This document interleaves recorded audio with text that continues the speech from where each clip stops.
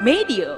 Perangnya itu sekarang brands itu they are craving for attention kan. Itu yang gue sering lihat, kita suka lupa menyadari itu. Mindset lu nggak bisa lagi kayak dulu bahwa any advertising yang lu lempar ke market itu bakal dimakan. I think we became too serious about the business gitu. The business used to be having fun, doing something crazy yang meaningful and getting the result that we want, right? A lot of that, I agree with you, contributed by the giant pile of metrics yang lu suddenly need to pay attention to. Now even the second lu post it, gitu, you get data. Then I think we get quote-unquote too scientific about it. While communication is an art, and like every art, you can't lose the part where you have fun.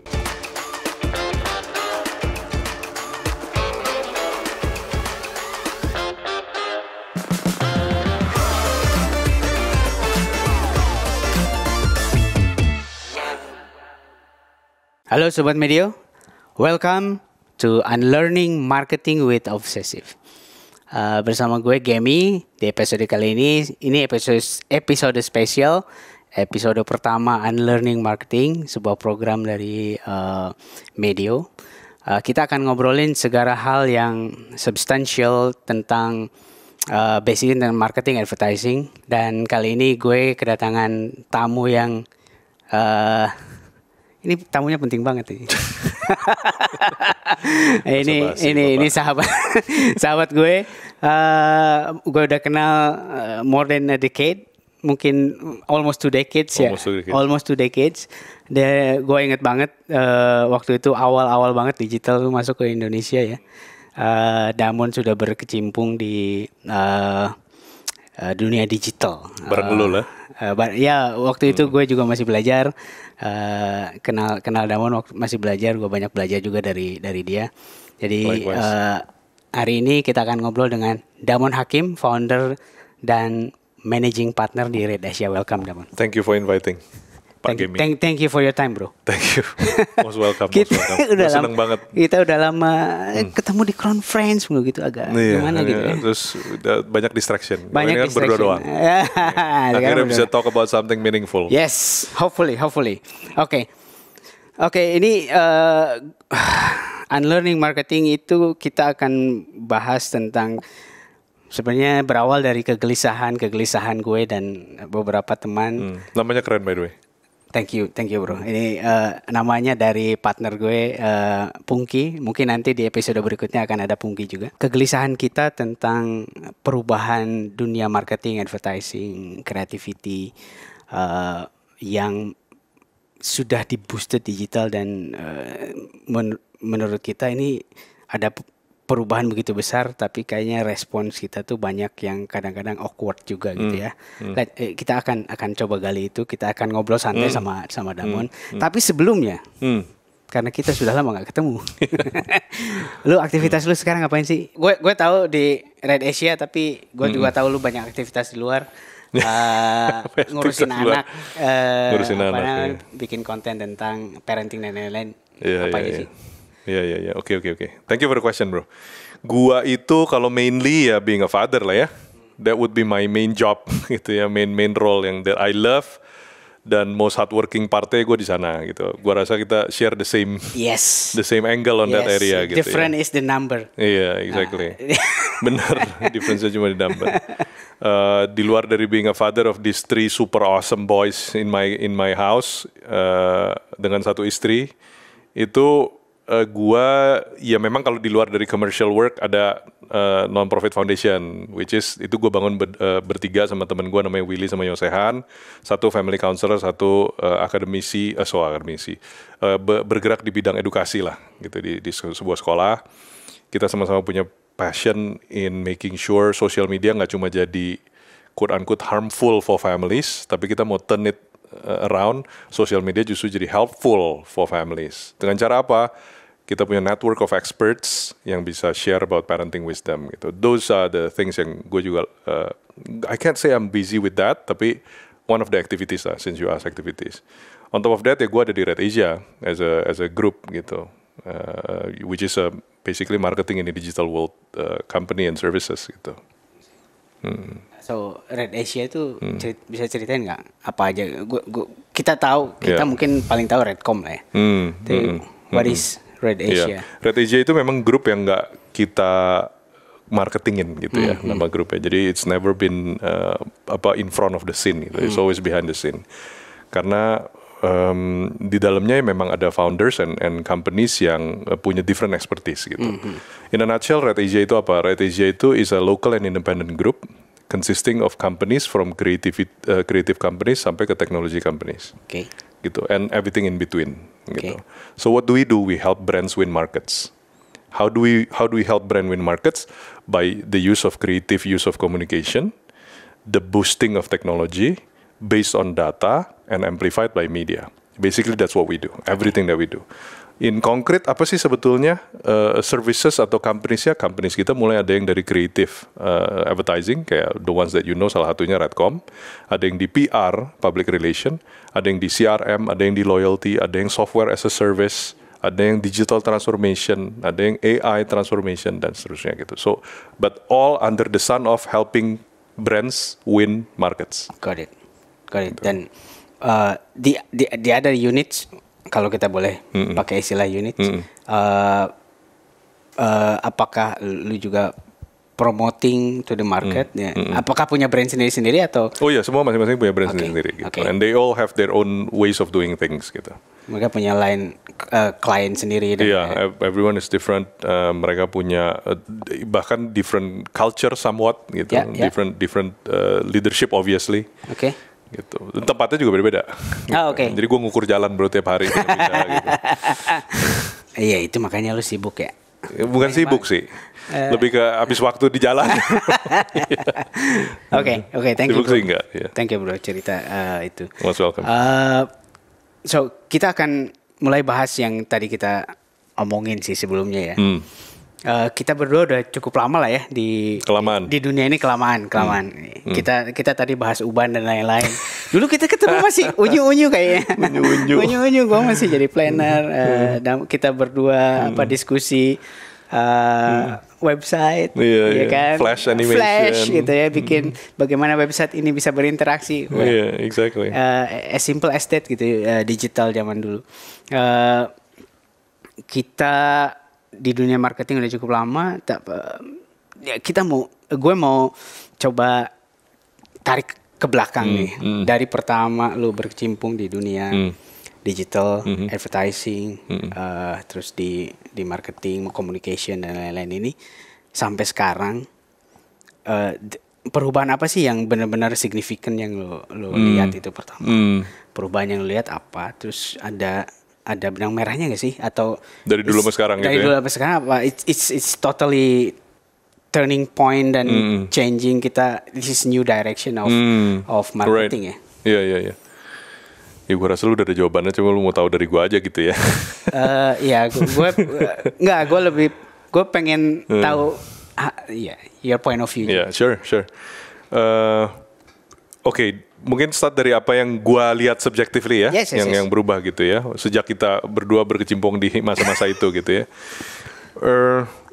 Gue rasa yang the biggest one, which I'm sure you agree, adalah the way consumer itu consume content. It's 180 degree beda gitu. Kita ngomong dari yang paling basic lah. There was no such thing as on demand back then. Iya kan? YouTube wasn't even around gitu. Lu mau nonton lu tunggu men gitu.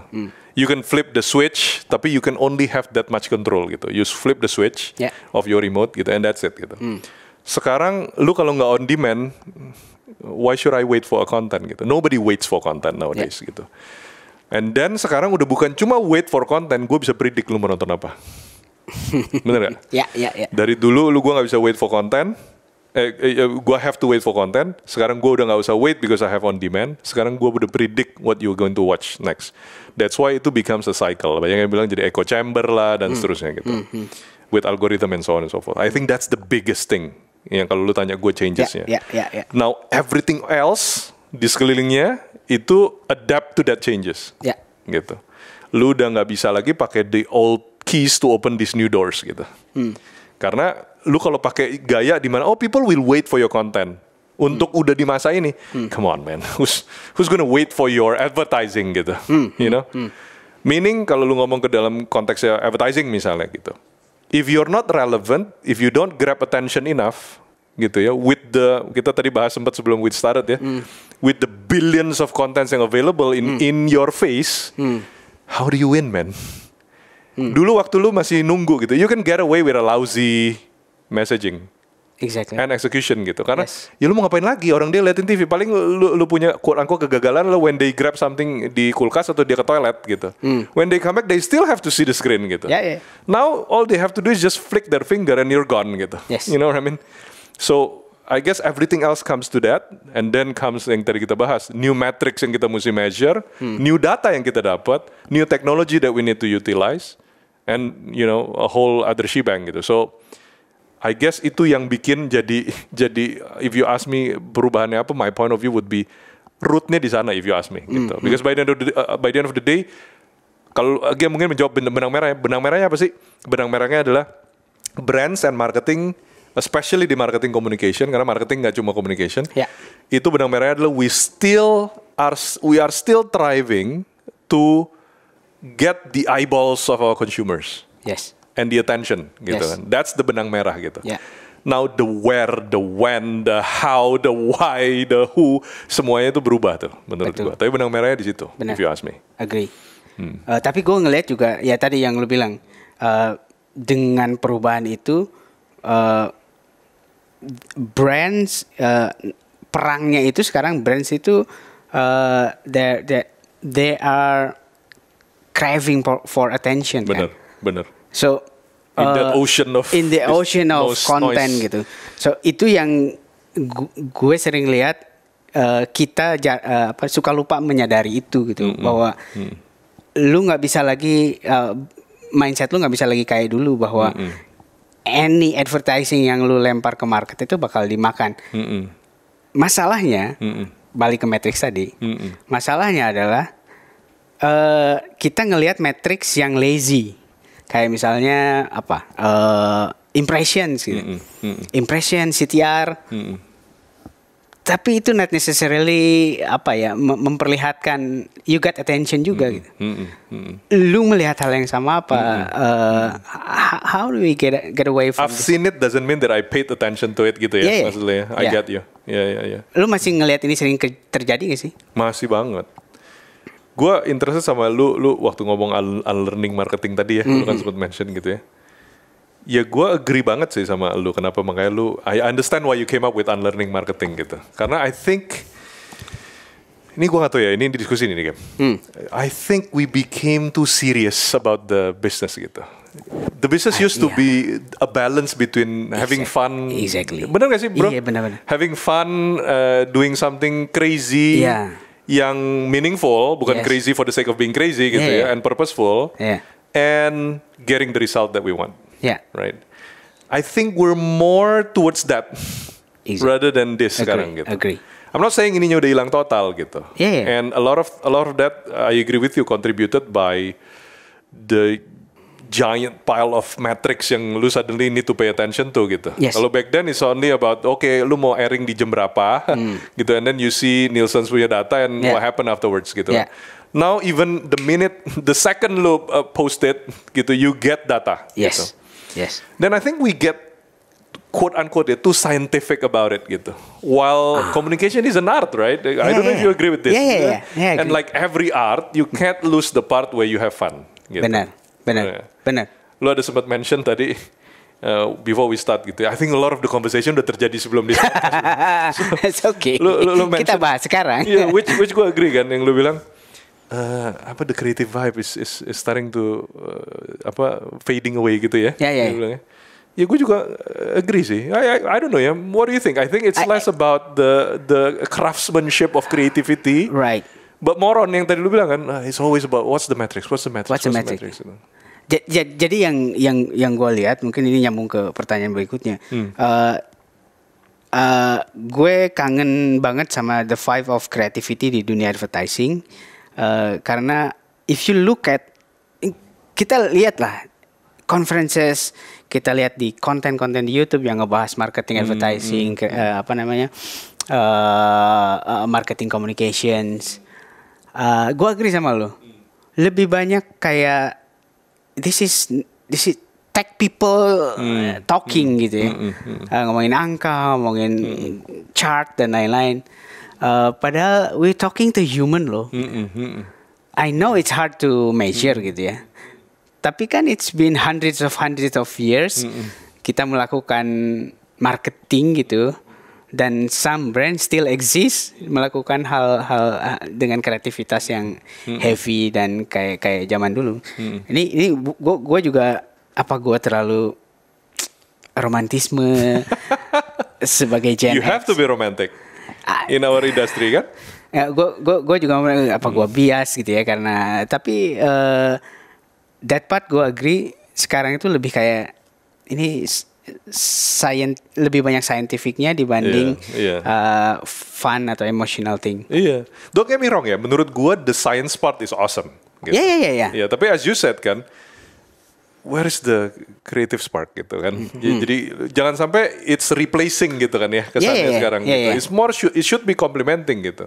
Kalau lu tanya gue soulnya tetap mesti di kreatif gitu. I used to be a creative person sampai hari ini gue assume gue masih punya that vibe gitu. I hate to see bad advertising gitu. Regardless lu mau bilang itu, yang penting kita achieve this number or that number. If it's not creative, it's killing your brand eventually gitu. Benar. Gua, gitu. Benar. Matrix itu menurut gue hygiene lah ya. Iya, exactly. Itu hygiene lah. Maksudnya, lu harus punya report impression, CTR dan lain-lain. Cuman karena perangnya ada perang attention, gue rasa creativity jadi much more important right now. Yeah, to the brand owners and to the clients, I guess the message should be of this discussion. The message should be, you know what, we get it gitu. It's understand the metrics gitu. And I 1000% support that we need to measure things that we do gitu. And there's no better time to do it than now. Yes. Sekarang to measure it gitu. Back then I think it was the CMO of Coke or something gitu global yang dulu pernah bilang gitu, half of my marketing budget is gone to somewhere yang nggak kepake, but I just don't know which half gitu. Yes. PNG. Ya PNG ya. Yes. So I guess now should be less about that gitu. Kalau lu masih kayak begitu, something is wrong gitu kan. But it is important, but it's not the ultimate importance menurut gua. I think by the end of the day, especially now yang tadi lu bilang kan, the noise of distractions and communication and content, lu mau get attention, ya lu harus start considering on building the brand juga gitu.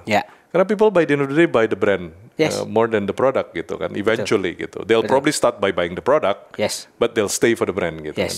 So itu yang menurut gue mulai, as you said gitu kan, mulai pelan-pelan tuh moving away gitu. Karena we're so used to shallow surface level shooting gitu, dush tembak terus. Promo. Iya, tapi it's very tactical, bikin lucu. Dan yang tadi bilang ya, TikTok is great gitu ya, but it depends on how you want to use it gitu kan. Then get deepernya itu yang menurut gue, as you say, creativity-nya, the festival of wah gila keren ya how you deliver the message-nya, keren. I guess those are the things that you miss. Benar. Tapi lu ngelihat juga ini, gue bukan nyalahin satu industri ya. The issue itu mulai lebih terlihat ketika kita punya unicorns, di mana typical startup kan growth hacking, which is kalau lu growth hacking, gue back off gitu. Maksudnya, you do what you need to do lah. Promotion, you burning money, dan lain-lain. Tapi karena kita ada unicorn yang begitu besar, jadi kayak they are educating the market gitu, dengan caranya begitu. Meskipun pada akhirnya it becomes a new norm gitu ya. It becomes a new norm. And it looks like it's happening well gitu ya kesannya. It works well gitu. Dan yang jadi isu kalau buat gue, jadi isu ketika the established brand melakukan hal yang sama gitu. Lu ngelihat itu juga. Pada akhirnya mereka juga balik lagi ke, you know. Got it. Startup itu pada akhirnya bikin TVC juga, bikin event dan lain-lain. Gue sebelum lu ngomong ini gue nggak pernah kepikir gitu sih, ya. But gue rasa ada benernya. I'm sure it affects it some way gitu. But gini kali ya. To be fair to them, gitu ya. To be fair to the startups and unicorns. I guess because mereka punya this demand yang ya gue memang harus hit a certain number whatever it takes gitu. Yes. They have these investors yang udah invest millions if not hundreds of millions or billions yang I pay you this much, I give you, sorry, not pay you, I fund you this much to get that number, whatever it takes, gitu kan. So I guess that's the reason why they do it. Nah, menurut gua begonya company lain yang nggak begitu dan nggak punya demand begitu aja yang ikut-ikutan. Menurut gua gitu, you know what I mean? You don't have that kind of quote unquote, you probably have a better privilege kalau lu nggak lagi dalam situasi seperti itu gitu. Betul. Build a much proper communication branding and branding blueprint gitu. Ya, mungkin begitu kali ya. Yes. Jadi lebih ke conditional and situational gitu. Betul. Nah, again ya salahnya beberapa company saja yang jadi ikut-ikutan gitu ya. Kan one size doesn't fit all mestinya. Benar. Gitu. Kisah misteri di Indonesia yang membuat kita geleng-geleng kepala. Terinspirasi dari kisah nyata yang ada di sekitar kita. Selamat menyelami dunia yang ganjil dan janggal. Dengarkan di Spotify dan Noise. Karena kan kalau growth hack itu ya short terms, lu fokus di North Star Metrics, yang mungkin itu di demand sama investorsnya, biasanya growth, GMV atau whatever. Mungkin lu burn some investment di sana, which is it's okay gitu untuk kasusnya mereka gitu. Tapi kan kalau gue ngelihatnya kalau untuk ngelihat brand development, brand growth itu short sighted gak sih lu ngelihatnya? Iya, ya itu tadi ya mungkin menurut gue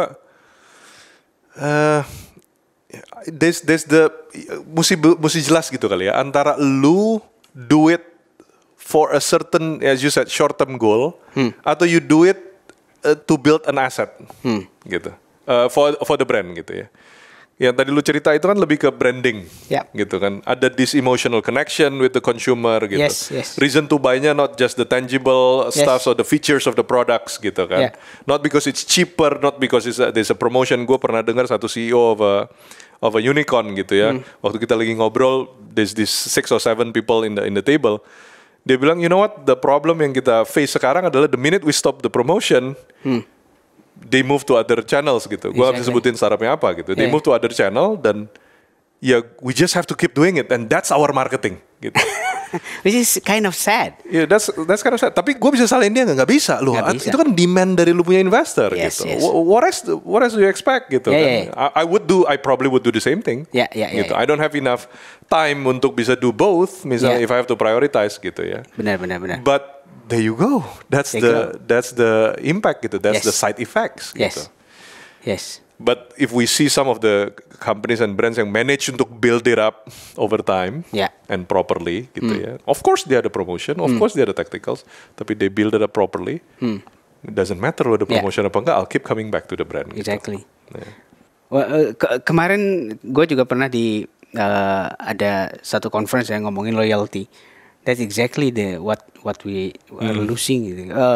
Kalau nggak tahu lu baca atau enggak bukunya si Muhammad Faisal ya, yang generasi kembali ke akar. Ada satu generasi di kita dibilang yang lahir dengan promosi-promosi bukan lahir, yang mereka tumbuh besar dengan promosi-promosi di internet itu. So they don't have loyalty. Kalau nggak ada promosi mereka nggak mau beli karena that's what they know gitu. Ya tunggu aja nanti juga ada promosi, gue nggak beli sekarang. So there's no loyalty. To pick up on that ya, ngomongin generasi baru ya tadi ya. Gue ngomong generasi anak gue deh, Game. Anak gue tuh ada yang 17, ada yang 14, ada yang 13, ada yang 12 gitu ya. Let's talk about this kid yang 17 yang udah mulai pelan-pelan punya purchasing power dari uang jajan. Ada satu brand, gue gak tau lu tau gak, namanya t-shirt, namanya Cortez. Ini gue tau dari anak gue, men. Kalau gak dari anak gue, not in this world sama sekali lah buat gue itu brand gitu. Cortez, you don't even know that Cortez. Tapi lu tau gak Cortez itu collab sama Nike bikin sepatu gitu. Nike being one of the forefront of innovation ya in their fashion industry. Cortez gak even punya toko, bro. That's one. Kedua, websitenya bro, pertama kali lu masuk, itu gak even ada katalog produknya. Website-nya blank hitam, di tengah-tengah ada tulisan username and password, kayak lu mesti login bro. How does that make sense gitu? Iya kan?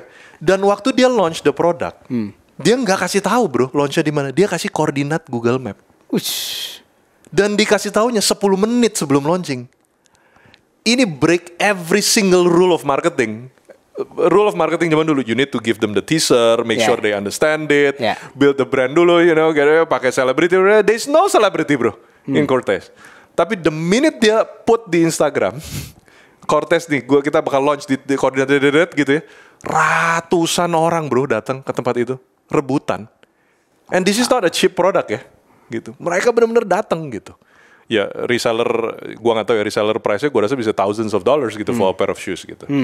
Now, if you see it like that gitu ya, gua rasa these people yang even setiap hari dapat promo segala macam, ada loh cara untuk build a brand. Yes. These are the people yang they'll wait for the brand, they'll wait for it. My kids, they'll wait for the post di mana when is your next launch gitu. Mereka sebutnya apa sih? Gue lupa deh namanya. Pakai bahasa sendiri lah. Kapan mereka rilis gitu loh. Gitu. Itu ditungguin loh. Jadi I would say tetap bisa kok untuk this generation you build a certain brand affection gitu. And relationship gitu. Hey, anak lu terekspos pertama kalinya dari mana? Influencers? Instagram kayaknya. Instagram. Gue rasa salah satu influencer kayak ada some video clip of a musician yang pakai bajunya, and then dia find out gitu, what shirt it looks cool gitu, ngerti gak sih? Ya. Gitu. Mungkin dari sana ya. Gitu. Mungkin dari influencer. Itu kayak breaking rules, bahkan ya mau marketing yang sekarang ya. Exactly. Ya. Gitu. Sedangkan gini ya, kita udah cerita kayak gini, oh ya berhasil sukses. Coba lu ngomong sama fashion brand owner sekarang, ada yang nggak yang berani begini? Yakin gue 99% nggak yakin. Gitu. Ya. Tadi gue sempat di podcast sebelumnya gue sempat ngomong soal curse of knowledge bro. Ya. Gitu kan, prejudice perspective itu contohnya bro. Ya.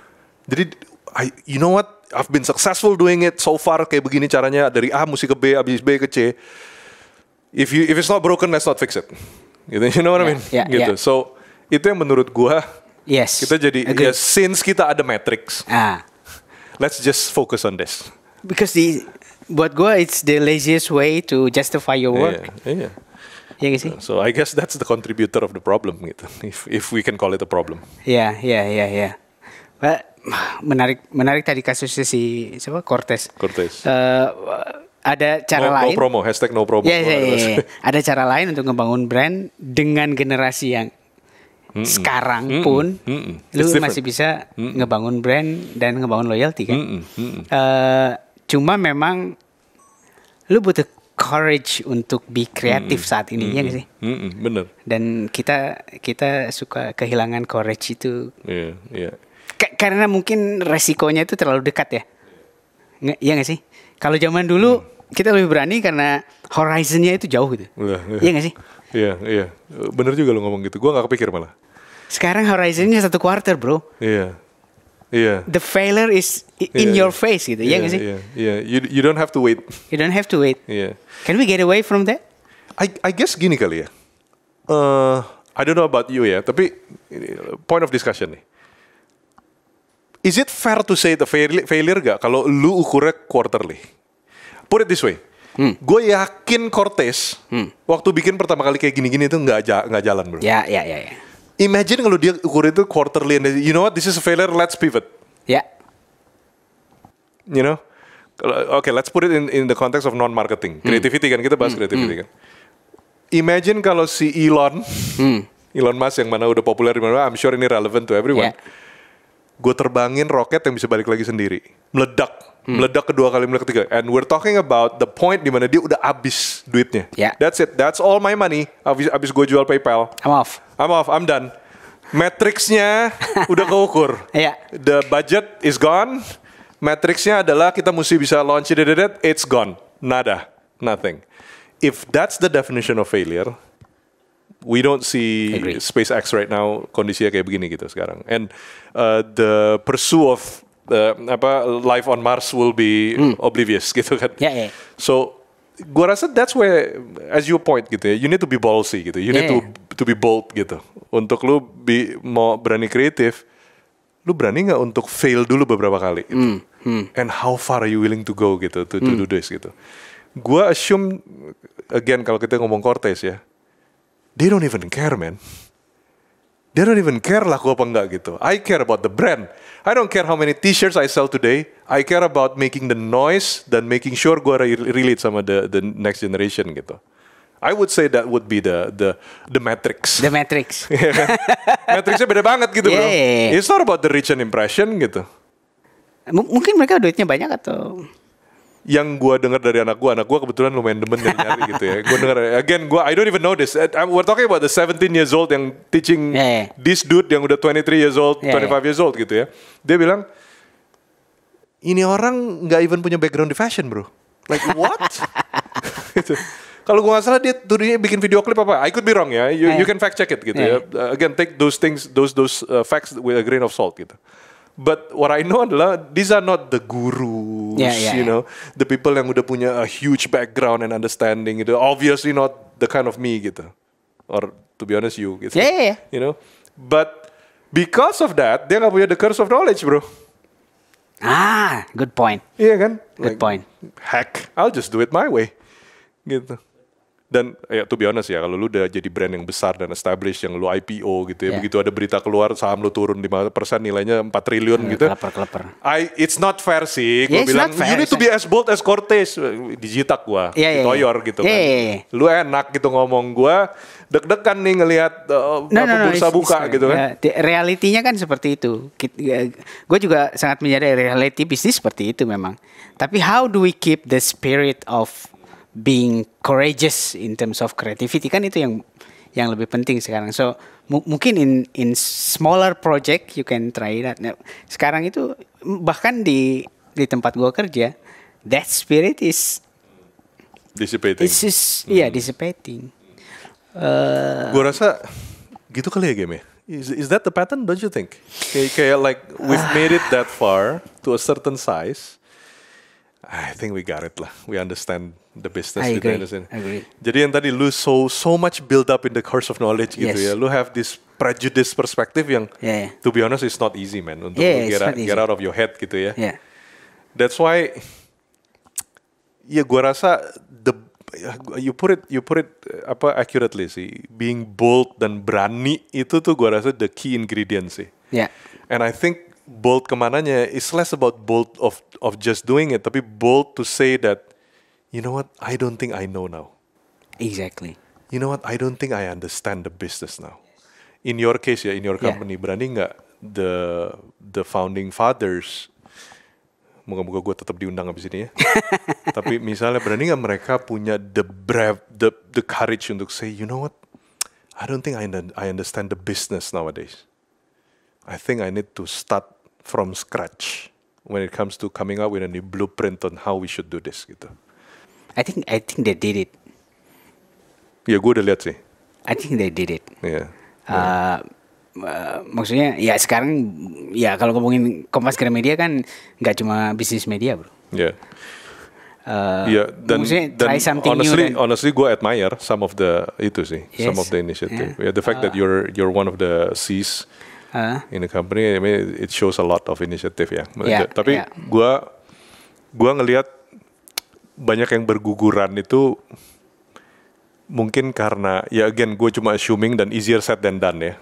I don't want to be that guy yang lu gampang ngomong lu nggak di industrinya gitu. But again, gua from my subjective personal point of view, termasuk diri gue ya, itu we have this burden yang sulit untuk di take off. Betul. Karena we've been so long in the industry, we just thought that we get it gitu. Exactly. And that's yang every single morning gue remind myself, no you don't. Yes. Gue merasakan hal yang sama. Makanya sebenarnya the message of this podcast, unlearning, is actually not me teaching how to unlearn, but to remind each other bahwa sometimes you have to be humble enough to admit that what we know might be irrelevant. What we know it might be, obsolete. Jadi kita harus start to unlearn. I love the name, man. Soalnya kan lu benar, the curse of knowledge itu kayak lu kan kalau mau mengisi lagi otak lu harus keluarin dulu. Memori kita terbatas, men. Lu harus keluarin dulu apa yang lu tahu, baru ilmu baru masuk kan. So Iya, mesti aware kali ya. When mesti you aware. make decision tuh Lebih mesti aware gitu. mindful. Lebih mindful. Yes. There you go. That's the point. So what do you think we should unlearn? Wah, that's a good one, man. Ya, I guess kalau gue boleh ambil satu yang abis kita ngobrolin tadi ya. I think it's not about lu buang gitu ya, yang lu udah tahu gitu. Tapi it's about being aware bahwa apa yang lu tahu itu gini. I guess gua kalau analogin gini.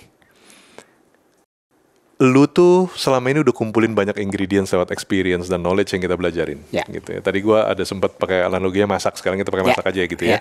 Ada sayur kol, ada wortel, ada apa gitu. Terus udah jadi capcay nih, gitu. I guess your context of unlearn adalah how do you pick away si pieces yang udah dicapcay ini tapi ya, udah matang, lu cabut lagi, lu balikin lagi satu persatu, kuahnya lu pisahin, dagingnya lu copotin gitu ya, lu diemin, dan you rethink gitu. Deconstruct. Lu bisa jadiin apa lagi nih with this gitu. Memang will be easier quote unquote untuk mereka yang belum even jadi capcay gitu, untuk new things gitu ya. That's why untuk Cortez it's easier untuk dibandingin company yang udah 20 years gitu. Iya, dia nggak punya bias. Exactly gitu. So I guess that's the process of unlearning. If I can put into analogy, I don't know if you agree gitu. Jadi lu nggak bisa ya udah jadi capcay bro, as we said gitu kan. Lu udah, ya kita udah tahu begini gitu. Gue tahu kalau ini campur ini jadinya capcay. Lu gitu. mention marketing funnel, gue udah tahu marketing funnel gimana dah. I've seen it gitu. Lu mau bentuknya piramida dibalik kayak itu gini kayak lu mau bentuknya muter kayak apa? I've seen it, done that, been there gitu. Tapi itu kan bikin kita jadi as you said, jadi nggak humble gitu. Nggak humble. Ya kan? Now let's break it down. Of all the things that we know, bisa jadi apa nih kalau lu deconstruct and then use it as a different. If we can build a different building or a different dish, what would that be ya? Gitu. Bahkan untuk itu pun butuh humility. Absolutely, bro. Absolutely. And I'm still learning every day to do it. Gitu. Me My too. partners, my team itu help me get reminded every day. So guys, humility, lebih rendah diri untuk mengakui kalau sometimes we don't know gitu ya. Sometimes you don't know, bahkan yang kita tahu pun belum tentu relevan. Terakhir. Gue kira udah beres. Belum ya? Terakhir, lo ada message buat sobat medio yang dengerin podcast atau nonton podcast ini, kalau mau masuk dunia ini, marketing, advertising, kreatif advertising, apa pesan, apa yang harus mereka pelajari atau modal apa yang harus mereka punya? I guess for the newcomers ya, yang mau masuk ya, mungkin dua kali yang gue boleh share ya untuk apa yang lu mesti punya. Yang pertama, tadi gue udah sempat mention in the previous podcast, you need to keep that kid in you, that little child in you gitu, yang curious, yang see things yang ordinary with wonder gitu. Karena that's the perspective yang lu butuh to be creative in this industry. Karena in this industry, creativity is a huge capital gitu. It's a huge asset gitu. Agree. Jadi you need to be that kid, that sense of wonder. That's lu nggak punya that curse of knowledge and that prejudice perspective gitu. Keep it that way gitu. Gue tahu ada satu orang di dunia marketing yang gue admire, which is Axton Salim gitu. Lu bisa lihat how playfulnya dia gitu. Despite dia punya company yang udah cukup besar dan established, bukan cukup besar dan established. Gede banget. You need to have that sense of child yang inside yang lu see things always in new perspective gitu and have wonder. Yang kedua yang tadi lu sempat ngomong soal AI dan segala macam. Don't get distracted. We talk about this tadi. Don't get distracted by the next shiny object. You gotta stay rooted with the why gitu. Why is it exactly are you going to this industry? Why are you doing this to this certain brand? Why are we investing to this technology? Why are we saying this in a hashtag for a certain social media campaign? Why are you using this key opinion leaders or whatever gitu? So if you get distracted, akhirnya gue bisa bilang you're wasting the clients, the customers, your own or the company's money gitu, and investment gitu. I guess those are the two things yang mereka mesti remind themselves, termasuk gue remind myself gitu, on those things. Gue jadi inget mentor gue dulu di agency, chief strategy di agency. Dia kalau menguji ide gue itu harus lulus 7 whys. 7 whys. Whys, kenapa ide lu kayak gini? Habis itu dijelasin why. Jelasin lagi why. If you pass the 7 whys, then You get deeper into the whys ya. Wah, that's a good one. Yeah. That's how I gue diajarinya kayak gitu. That's a good one. Oke, Mon, thank you banget. Most welcome. Thank you, bro. Great insight, Enjoyed this great conversation. point of view. Enjoy this conversation too.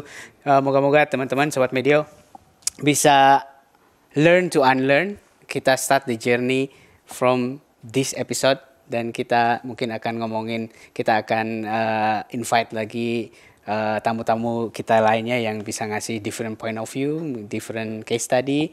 Tapi hari ini kita udah menyerap banyak wisdom dari Damon dan semoga berguna.